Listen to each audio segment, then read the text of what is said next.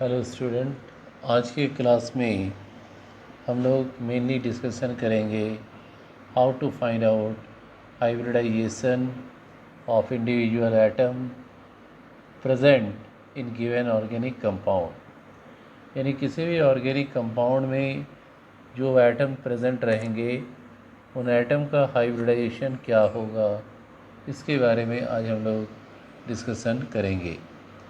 हमारा टॉपिक है finding hybridization of each atom in an organic molecule. इसको निकालने से पहले हमें याद रखना पड़ेगा कि अगर कार्बन के साथ सिंगल बॉन्ड है तो sp3, डबल रहने पर sp2, ट्रिपल रहने पर sp। इस कार्बन में देख सकते हैं डबल बॉन्ड है तो ये आ गया sp2। इस कार्बन का भी एक बॉन्ड डबल बॉन्ड है तो ये आया sp2। इस कार्बन का सामने सिंगल बॉन्ड है तो आ गया sp3। बहुत ही सिंपल तरीके से इसको याद रख सकते हो और बना भी सकते हो। इस एग्ज़ाम्पल में देखो, कार्बन का सिंगल बॉन्ड है तो ये आ गया sp3। इस कार्बन के लेफ़्ट साइड में डबल बॉन्ड है तो ये आया sp2। इसके राइट साइड में डबल बॉन्ड है तो sp2। इसमें सारा सिंगल बॉन्ड है sp3। इसी प्रकार से एक और example CH3C triple bond N यानी मिथाइल साइनाइड। यहाँ कार्बन नाइट्रोजन में ट्रिपल बॉन्ड है तो ये नाइट्रोजन sp, ये कार्बन भी sp, यहाँ सिंगल बॉन्ड है तो ये क्या आ गया sp3। इस प्रकार से किसी भी ऑर्गेनिक मॉलिक्यूल में प्रेजेंट सभी एटम का हाइब्रिडाइजेशन हम आसानी से निकाल सकते हैं। और एक इम्पॉर्टेंट पॉइंट यहाँ पर है, वो ये है कि हाइब्रिडाइजेशन ऑर्गेनिक मॉलिक्यूल में या तो sp होगा या sp2 होगा या sp3 होगा। ट्रिपल बॉन्ड रहने पर sp होगा, डबल रहने पर sp2 और सिंगल रहने पर sp3। यहाँ तक हमें लगता है आप लोग बहुत अच्छे तरीके से इसको समझ गए होंगे और इस पर बेस कोई भी क्वेश्चन दिया जाएगा तो आसानी से सॉल्व कर सकते हो। अब हम लोग कोशिश करेंगे हाइब्रिडाइजेशन ऑफ रिएक्शन इंटरमीडिएट। हम लोग जानते हैं जब बॉन्ड फ्यूज़न होता है रिएक्टेंट मॉलिक्यूल का तो हाईली रिएक्टिव स्पीसीज फॉर्म करता है जो वेरी शॉर्ट लिव्ड रहते हैं, बहुत कम समय के लिए बनते हैं।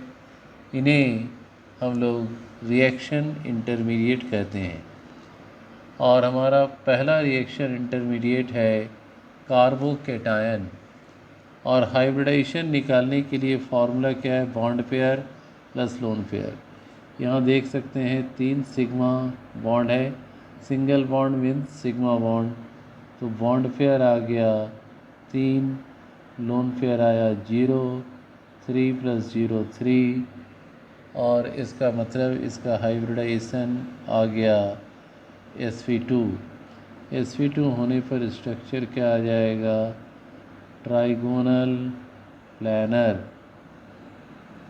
Trigonal planner.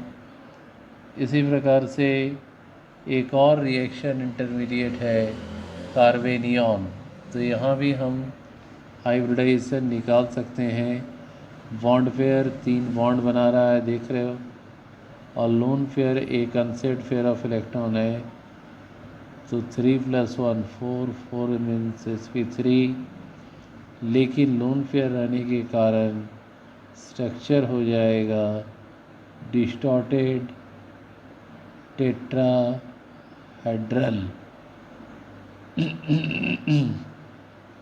Distorted tetrahedral. और इसका शेप आ जाएगा पिरामिडल शेप। इसके शेप को इस तरीके से दिखाएंगे, और एक sp3 में लोन पेयर प्रेजेंट रहेगा। तो इसमें इसका स्ट्रक्चर जो है डिस्टॉर्टेड टेट्राहेड्रल और शेप क्या हो रहा है पिरामिडल।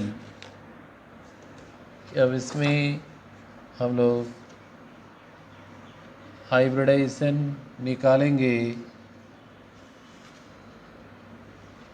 एक और रिएक्शन इंटरमीडिएट जिसको हम लोग कहते हैं फ्री रेडिकल। ध्यान से देखें, इसे कहते हैं फ्री रेडिकल। तो हाइब्रिडाइजेशन क्या हो गया, बॉन्ड पेयर 3 बॉन्ड है, लोन पेयर एक भी नहीं, 3 + 0 3 मीन्स sp2 मीन्स इसका स्ट्रक्चर क्या आ जाएगा, ट्राइगोनल प्लानर। नेक्स्ट हम लोग बढ़ते हैं नाइट्रीन पर। ये भी एक हाईली रिएक्टिव रिएक्शन इंटरमीडिएट है और मोनोवैलेंट स्पीसीज ऑफ नाइट्रोजन। इसमें नाइट्रोजन के पास 2 अनशेयर्ड पेयर ऑफ इलेक्ट्रॉन, एक ये प्रेजेंट रहता है। नाइट्रीन 2 तरह के होते हैं, सिंगलेट नाइट्रीन और ट्रिपलेट नाइट्रीन। सिंगलेट नाइट्रीन को हम इस तरीके से दिखाएंगे कि 2 लोन पेयर इलेक्ट्रॉन दोनों अपवर्ड और डाउनवर्ड पैटर्न में अरेंज रहेंगे और इसका मल्टीप्लिसिटी होता है 1, देयरफॉर इट इज़ सिंगलेट नाइट्रीन। अगले लेक्चर में हम लोग डिस्कशन करेंगे मल्टीप्लिसिटी के बारे में, अभी केवल इतना ही काफ़ी है। ट्रिपलेट नाइट्रीन, यहाँ पर 1 लोन पेयर इलेक्ट्रॉन और बाकी सेकेंड लोन पेयर इलेक्ट्रॉन एक एक करके रहता है।